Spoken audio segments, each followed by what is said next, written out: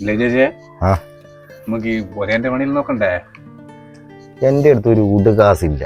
ഞാൻ അങ്ങ് എങ്ങനെയോ എത്തിയ കമ്പനിക്കാരെല്ലാം പെട്ടി കെട്ടിയിട്ട് തന്നതാ, ഇങ്ങ് പോന്നതാ. 5-8 കൊല്ലായി പോയിട്ട്.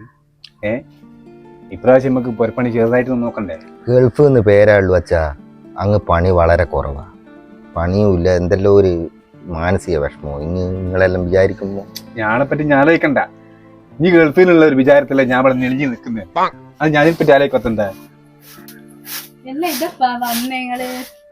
ഞാൻ ഇന്നലെ വന്ന്, ഇന്നലെ പൊളിച്ചെത്തി. കൊറേ ലീവ് ഉണ്ട്?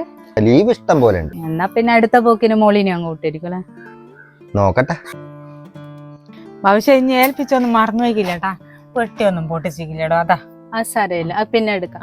ഞാൻ പോട്ടെന്നാല് വരുന്നേ. അച്ഛാ കഞ്ഞി എടുക്കട്ടെ. അയ്യൊന്നും വേണ്ടേ? അതാ ഇതൊക്കെ പെട്ടി തന്നെ പൊട്ടിക്കണേ. എല്ലാരും കൊണ്ട് ഓരോന്നിനെ ഏൽപ്പിച്ചിക്ക് കൊടുക്കണ്ടേ? ആദ്യം ഇന്ന് തന്നെ പൊട്ടിച്ചോ? 1000 ഒന്നുമില്ലപ്പാ, ഒന്നുമില്ല. 5-8 കൊല്ലായി നീ പോയിട്ട്. എന്നിട്ട് ഞാകെ കൊണ്ടുവന്നൊരു പെട്ടിയല്ലേ? അപ്പുറത്തെ ദിവാകരൻ പോയിട്ട് തിരക്കഥായിക്ക എത്ര പെട്ടിയാവും കൊണ്ടുവന്നു? ലോറിക്കണക്കിന് പെട്ടിയാവും. അച്ഛാ പെട്ടി റൂമിലില്ലേറ്റല്ല, അതിലിടുവാൻ സാധനം വേണ്ട എന്തെങ്കിലും. അങ്ങ് പണിയൊന്നുമില്ല, അതുകൊണ്ടാ എന്നെ എല്ലാരും കൂടി ഇങ്ങ് പിടിച്ച് കയറ്റി തന്നെ. ഞാൻ പറഞ്ഞതാ. ഞാൻ ഇവിടുന്ന് ഗൾഫിലേക്ക് പോകുമ്പോ അച്ഛൻ എന്തിനേലും പ്രാർത്ഥിച്ചേ?